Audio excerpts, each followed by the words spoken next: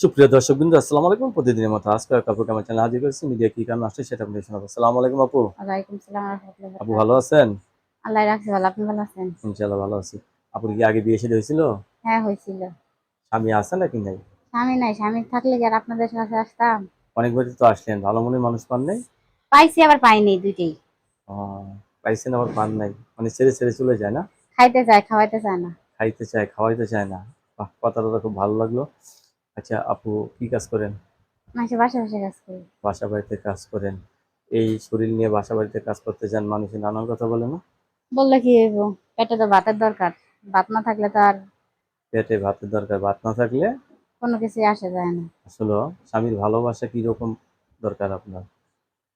আগে হলো আমার পেটে ভাতের দরকার, তারপর ভালোবাসা দরকার। ভাত আগে হইলো ভাত। বড় ভাত, আর ভাত না থাকলে ভাতারের কোনো কিছু আচ্ছা, প্রয়োজন নাই। দর্শক আপু কিন্তু অত্যন্ত সরল সোজা, আপু কিন্তু এমনি কথার গলায় খুব স্মার্ট।